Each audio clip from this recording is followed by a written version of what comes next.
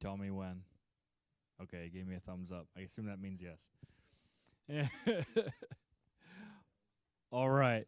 So we actually are going to do a message today that I I kind of wrote it out and had planned it a couple weeks ago, and just we're trying to figure out when it was supposed to come, because in reality for the year we're actually kind of late for this message, but as far as what normal people would say, but it still works. So I want to make sure that we were fully aware of what's going on with all this. So you'll get it when I get to that point. And I want to start by saying basically that everybody is here for a reason. God has created you and placed you in this location at this point in time in history to impact the course of history. So a lot of people are like, well, I only, I don't do enough. I'm not enough. I'm not whatever. That's not correct. So I need you to understand that one, God created you. God created you to be born at this specific time on purpose. Well, I feel like I should have been born back in the 1960s, or I should have been born in the 1840s, or should have been born whenever. That's not true. God knew when you were supposed to be born, and you were born in that time for a reason. So remember that. You were born at a time for a specific reason, and you're also in this location for a reason. So like you guys know, I'm not originally from the Benton area. I'm not from here. I'm from down near Philly. Well, guess what? It took me from there into missions and foreign nations to get up here. You know what I mean? Like each one of those positions was a step on the process to get to where God wanted me to be today. So you are alive at this time, at this point in the world, at this location for a reason. But what was the cause that he created you for? That's the interesting question. What is occurring in the world that he has created you to change? We're going to go through and talk about a story, and most of you know this story, but I'm going to kind of give the background to it first. Israel and the Philistines were camped out next to each other, and they were both prepared for war. And when you actually see the way they used to do it, they would basically try to take high ground because the high ground meant something. It meant that you had the advantage in the battle. So Israel was on one mountaintop over here, and the Philistines were on another mountaintop over here, and there was this valley in the middle. And neither one wanted to attack the other and give up the high ground. So it was like this weird stalemate. They were both kind of camped out on top of these hills. Goliath, the champion of the Philistine army, would travel down into that valley every day and challenge the men of Israel, daring them to fight him. Among the people there were David's brothers. For those of you that know King David, later on he becomes king. But at this point he's a boy. And his brothers, his older brothers, have already been put into the army. So every day Goliath comes out. Goliath taunts the people of Israel and basically just challenges them to fight. And nobody wants to move. The Philistine army, as far as like the mass of them, don't want to come down. Goliath's just trying to provoke Israel to attack.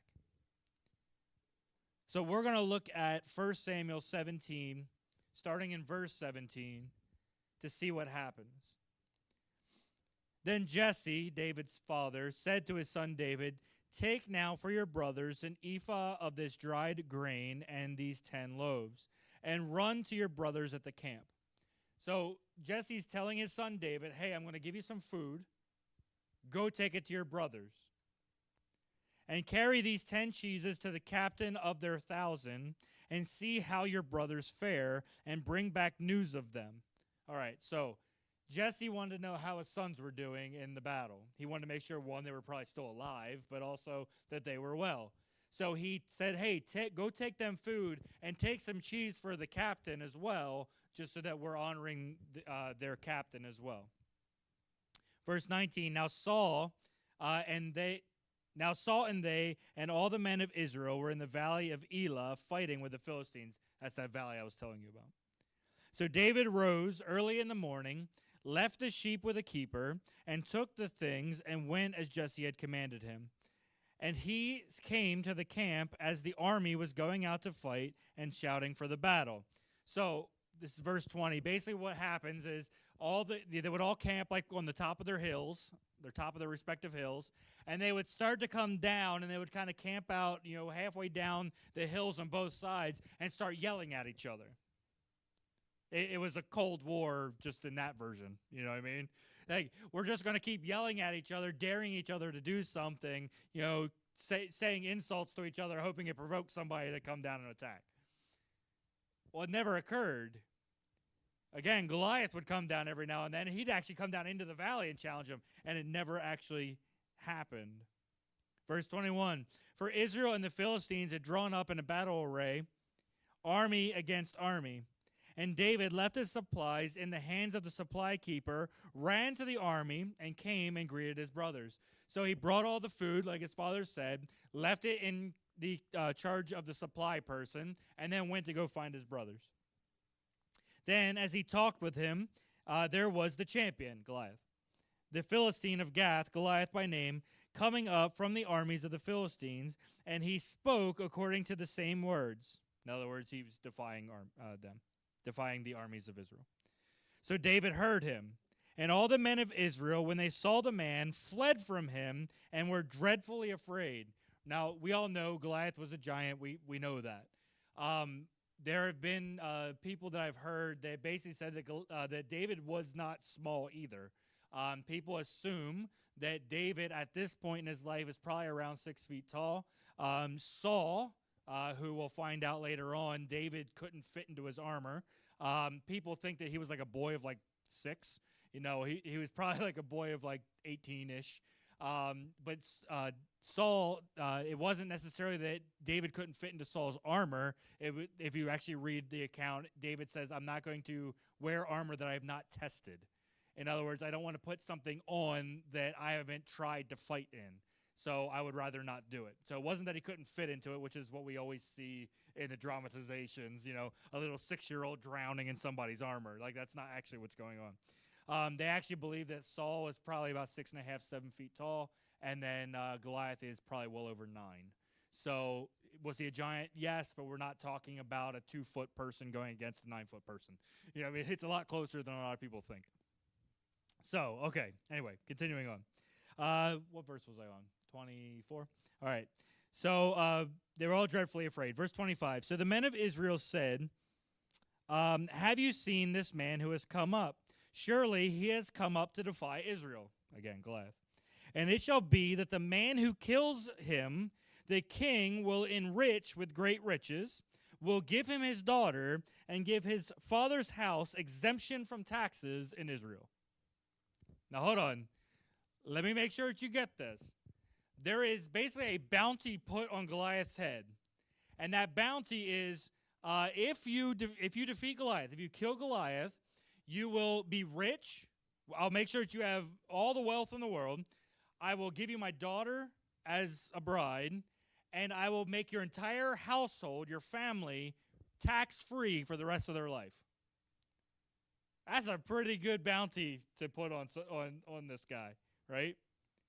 Verse 26, then David spoke to the men who stood by him, saying, wait, what will be done for the man who kills this Philistine and takes away this reproach from Israel? For who is this uncircumcised Philistine that he should defy the armies of the living God? I love how David didn't say who defied the army of Israel. He took it like a step up. He's like, no. You're not just defying Israel. You're defying God. Verse 27, and the people answered him in this manner, saying, so shall it be done for the man who kills him. In other words, they repeated it back for him. He actually asked 3 times, and they repeat it to him 3 times. I think that's interesting. But verse 28, though, is kind of where we want to land. Verse 28 and 29. Verse 28, now Eliab, his oldest brother. Okay, so this is Jesse's oldest son. He is David's brother.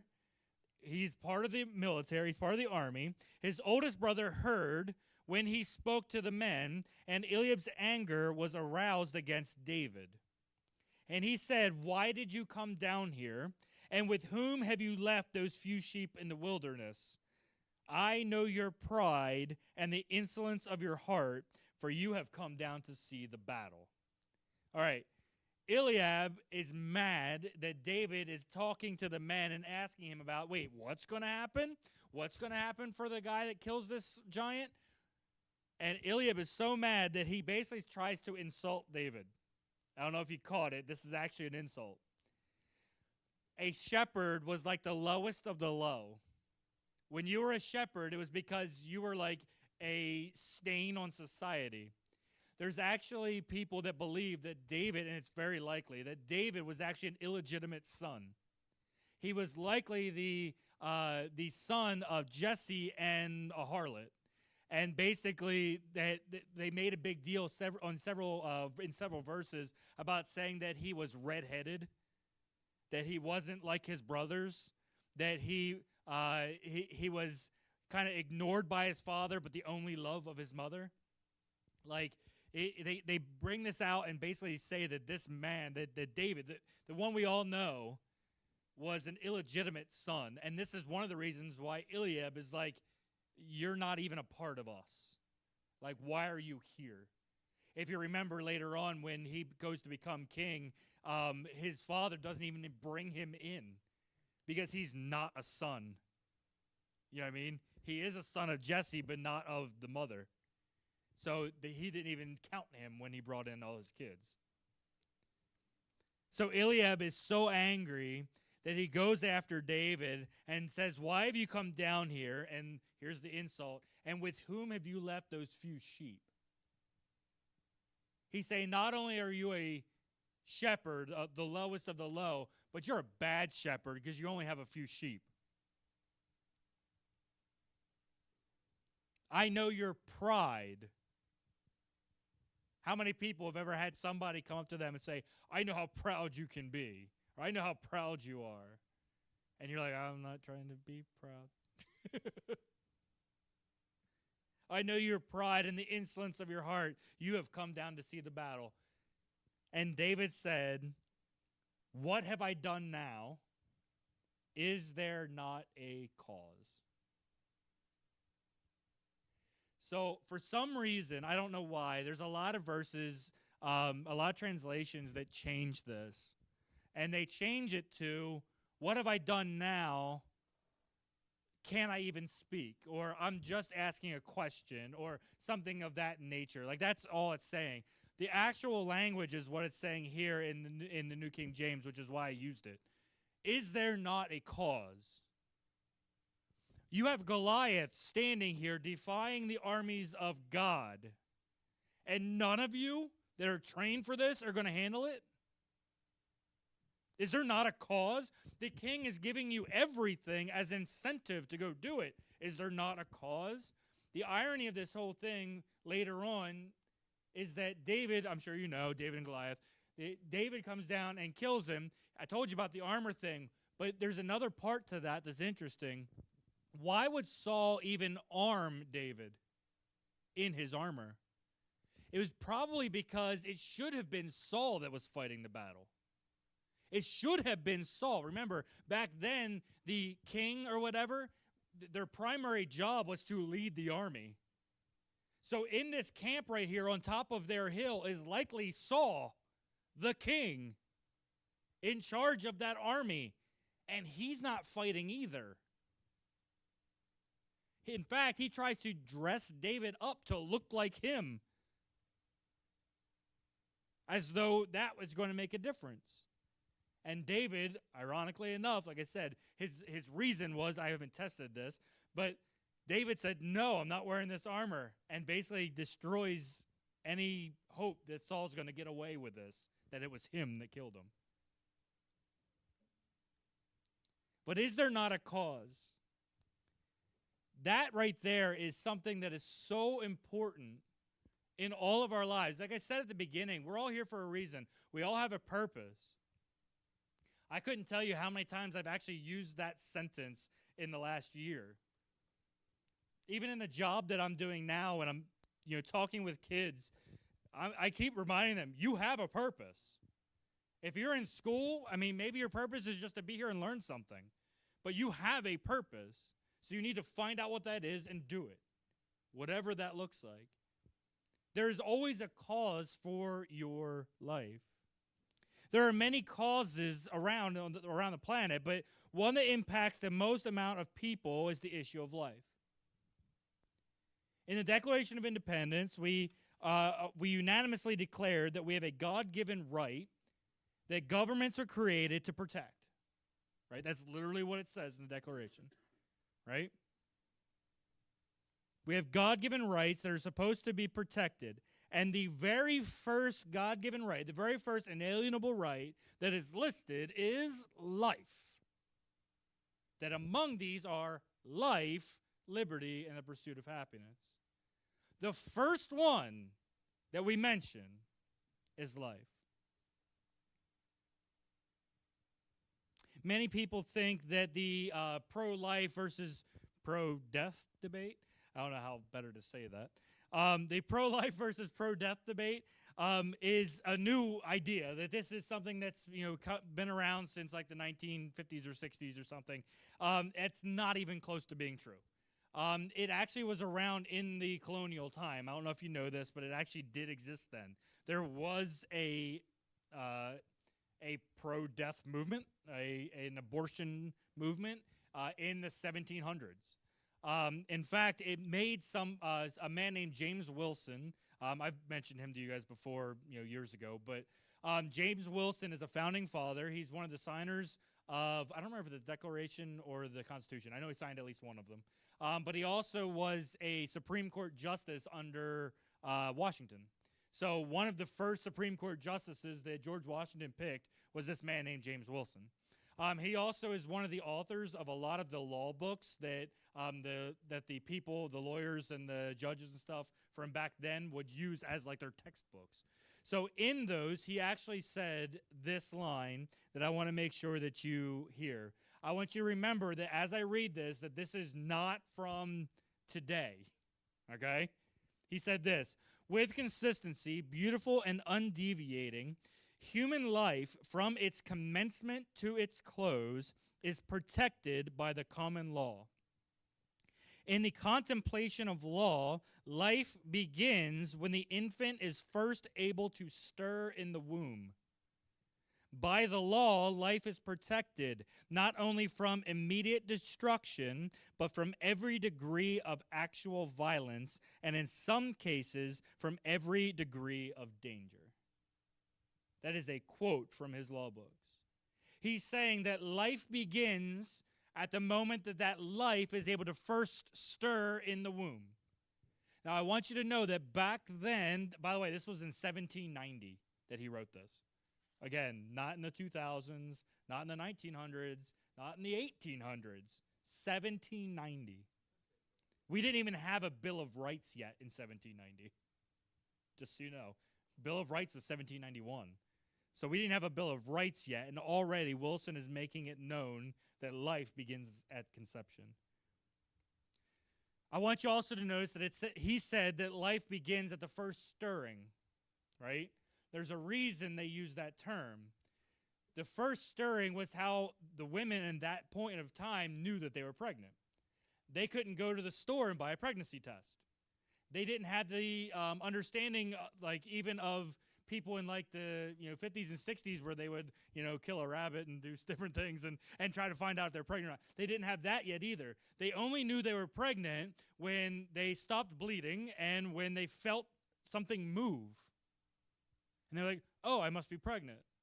Like, that's how they knew. So from the very first moment of them knowing, that was when it happened. He's saying at conception. He's saying that very first time that the sperm and the egg meet and that baby shifts, that first stirring, that's life. Yet somehow in 1973, the Supreme Court argued, by the way, without precedence. This is the only Supreme Court case up to that point that was ever decided with zero precedent. You know, like they always look back at other court cases and say, well, in this court case, they decided this way, so that's the way we're going to decide again. They went back in time and looked at everything. It was like, well, all these things back there say that, no, we shouldn't be doing abortion. But we're going to ignore all that, and we're going to do it anyway. It was the first time that occurred. 73, the Supreme Court argued without precedence and without remembering the views of the founders, and they decided to allow abortion. A decision, by the way, just so you know, that has cost approximately 63 million people their lives. There is I don't know that this is real. I'm telling you this as something I've seen. There is a short video that I've seen where a person comes through with a microphone and a camera, and they talk to different people, and they ask them, what generation are you? And, they're looking for Gen Zs.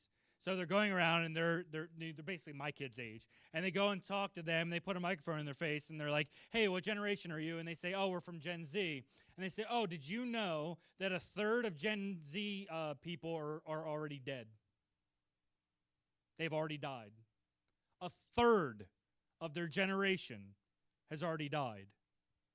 And they were like, what do you think's the cause? And they go through all the normal things, well, maybe drugs or alcohol, maybe, suicidal thoughts, maybe whatever. They come up with all sorts of different ideas as to why they think a third of Gen Zers are dead. And then the quote-unquote punchline at the end is, no, it's because of abortion. A third of an entire generation didn't even have the opportunity to be born. You think that we're going to lose some really, really smart people in that group? You think we're going to lose some people that could really impact the course of world history? People that could be curing diseases, people that could be, writing the next, Beethoven-esque stuff. Musicians, artists, mathematicians, scientists. You don't think we're losing some of those? Military, yeah. True. Yeah, even if you want to go down to just the ugly number of it, you're losing millions of people that would otherwise be alive. Thankfully, though, in 2022, the previous court's decision was overturned. Most people know that. But they also didn't rule on abortion nationally, as the Declaration of Independence suggests that they should. See, they went through and they said, yeah, we agree Roe v. Wade should be overturned. We're going to overturn that. Good, done. But we're going to leave it to the states. Now, please remember, Bill of Rights. That's absolutely true. Anything not spelled out in the Constitution is decided for by the states. But also remember that the Declaration of Independence is the foundation of the Constitution. Literally, that's what it is. It is the foundation on which the Constitution sits. And in the Declaration, it says that the inalienable right, God-given right, the first one is life. That means that is a federal issue. That the federal government should be making a decision saying everyone has a right to exist from the moment of first conception. But the administration, the Supreme Court kind of punted it out to the states and said, hey, states, you decide. Fast forward a little bit to December of 25. By the way, just so you know, that's only a couple months ago. Pennsylvania, our state, passed a bill called HB 1957. They passed it by one vote. It was voted 102 to 101. Okay? I want you to know that the Democrats currently actually hold the number in our house, our state house. They have 102 representatives. The Republicans have 101 representatives.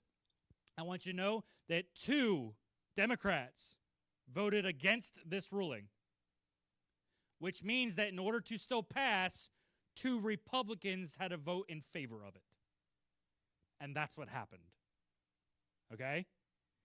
In this thing, in HB 1957, this bill is put out there to add abortion to the list of rights in Article 1 of our state constitution.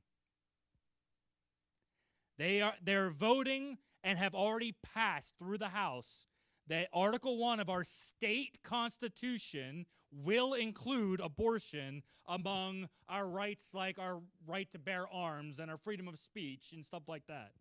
That in that list of rights, go through, look at the PA state constitution, read just Article 1, that's where all the rights are, right? Read through it. They want to add abortion to that list and have already passed it through one house. Now, Pennsylvania does have some things in here that can kind of help, but that doesn't mean that it's definite. So, in Pennsylvania, in order to amend the state constitution, you only need a one-vote majority. You don't need the 2/3 like you do in the federal government. So you only need one. However, you have to get it voted through in the House and the Senate, and then you have to get another chamber to come out. Like, we're going to do elections again in November. When those elections come out, they have to do it again, because they're giving the people the option to say, you shouldn't have voted that way, I'm kicking you out. So they vote twice, House and Senate once, election, House and Senate again. If it passes all 4 times, then it gets put out to the people to say, do you want this as something that's on your ballot? And you have to say yes or no. And again, 51%. It takes one more vote, and it will be enshrined in our state constitution that you can kill your children.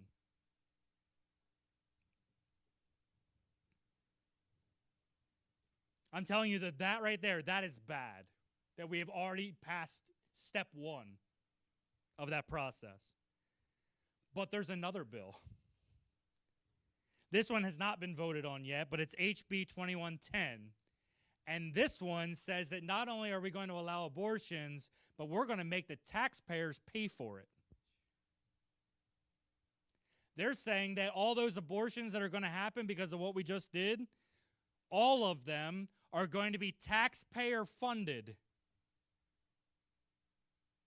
I'm going to tell you, if the first one passed, chances are this one will too. And I want to tell you just flat out, it's not enough that, like, our state rep up here, our state senator up here, generally they're good with this stuff. They don't do it. And that's fine. I'm glad they are. But they should be pounding down doors about this one. If all they're doing is just checking the box the right way, that's still not enough. They should be pounding down doors saying, why are you okay with killing children? Why do you want taxpayers to pay for a mom and a dad to kill their own kid? That does not make sense. Is there not a cause?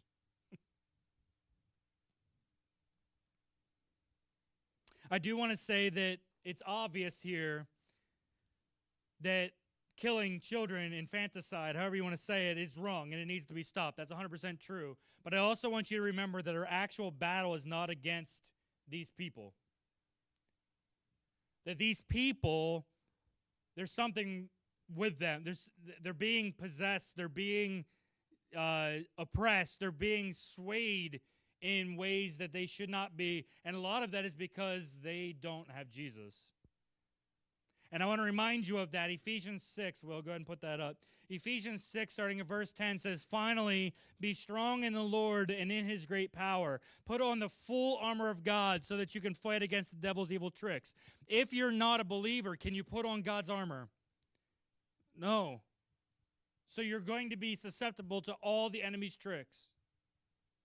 Verse 12, our fight is not against the people on earth, but against the rulers and authorities and powers of this world's darkness, against the spiritual powers of evil in the heavenly world. That is why you need to put on God's full armor. Then on the day of evil, you will be able to stand strong. And when you have finished the whole fight, you will still be standing. The battle needs to be held on the personal level and at the ballot box. But ultimately, the war hinges on our battle against the enemy. The best answer, by the way, for this that I found was so poignant, and it's found in the book of Esther. Most of you, again, know this story, but just to kind of give it to you again and put it in perspective. The story of Esther. The entire story is important, but we're just going to kind of focus on the end right here. Haman tricked the king into making a law to kill every Jew. Sound familiar? A government agency that's being coerced into killing a large group of people. Esther has been elevated to a position. She's been elevated to the position of queen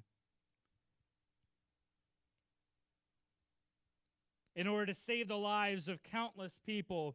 In Esther chapter 4, starting in verse 13, it says, Then Mordecai, who is her cousin, by the way, Mordecai sent word to Esther saying, Just because you live in the king's palace, don't think that of all the Jewish people, you alone will escape. In other words, they're coming for all the Jews. And just because you're, in bed with the king, don't think that they're not going to go after you too.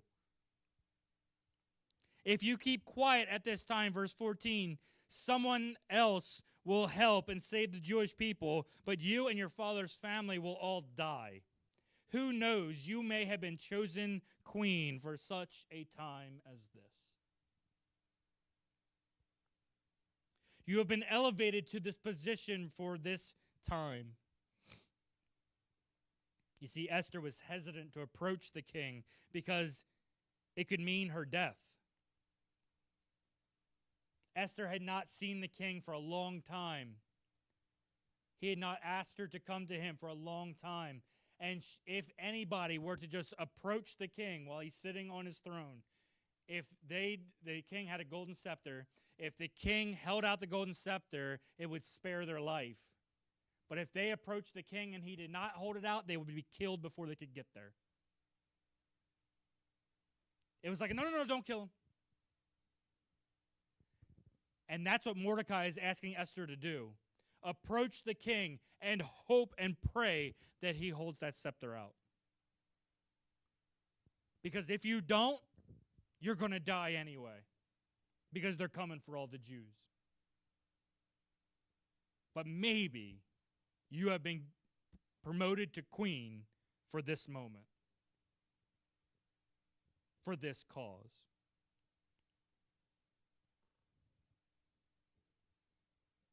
Starting in verse 15, continuing on in verse 15. Here's what you need to hear. Esther sent this answer to Mordecai. Go and get all the Jewish people in Susa together. For my sake, fast. Do not eat or drink for 3 days, day and night. And I and my servant girls will also fast. Then I will go to the king, even though it's against the law, and if I die, I die.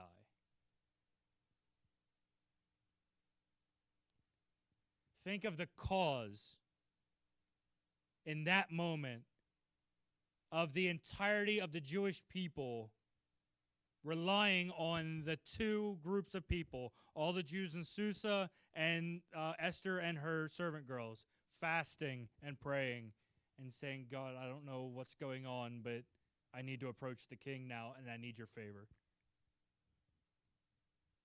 Esther was willing to approach the king on behalf of the Jews, but wanted those Jews first to fast and pray for 3 days before she went in.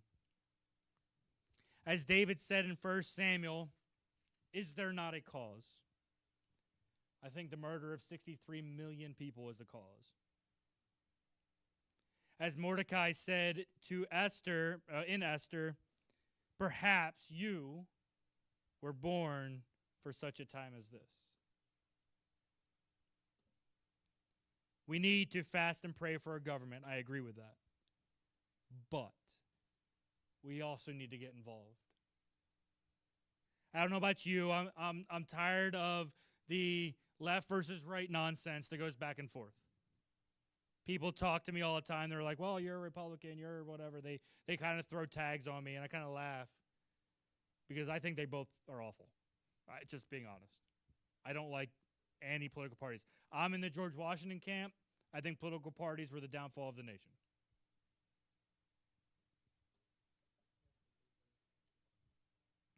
I think it's time for a change. There is a cause, and we were put in this place at this time to make an impact on the course of history. So what is it for us to do? Well, we have different opportunities. We have state and local offices that are needing to be filled. We have different places that are maybe even voting well and doing the right godly thing, but need that encouragement that they are doing what they're supposed to be doing and to keep going. Let's be honest, guys. There's ways for you to contact your senators and your representatives. You know that, I'm sure. But I guarantee you they only get contacted when they're doing something wrong. Do you agree? Like, you only leave a review on a restaurant when you had bad service. It's very unlikely you do it when you get good service. Your representatives, as far as I'm aware, look it up yourself, do your own homework. Currently, at least, are voting that way. And maybe just sending them a thing saying, hey, thanks for opposing this bill. I know it didn't win, but thank you for standing up for kids. And I want to encourage you to go and pound the doors so that the Senate doesn't do the same thing. Right? Like, there are things to do. We just need to step up into that space. And I think, again, that the pro-life versus pro-death movement is a huge cause. All right, let's stand.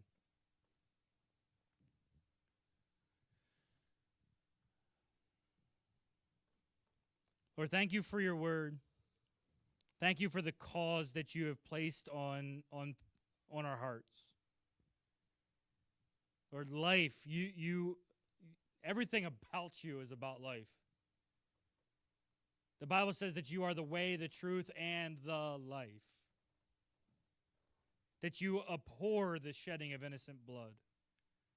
That you do not allow a child to have consequences on them because of the sins of their parents.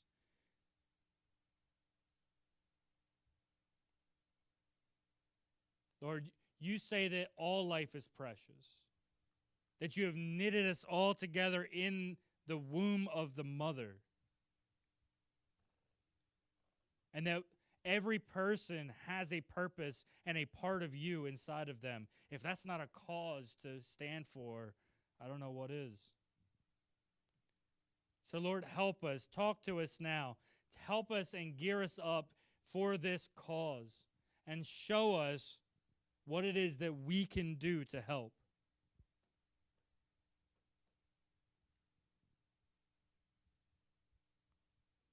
That could be just a simple encouraging word.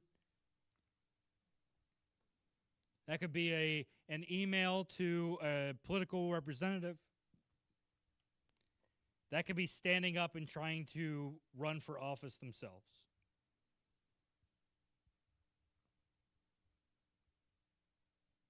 But Lord, we have a cause that needs to be fought for. And we know that that cause is not flesh and blood, that our enemy is not flesh and blood, that our enemy is the enemy. And all the evil tricks that he tries to do, and we just put your armor on and let all of those evil tricks just come undone.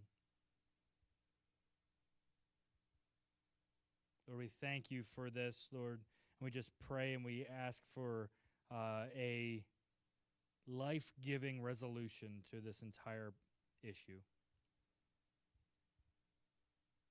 We praise you for it and all. In Jesus' name, amen.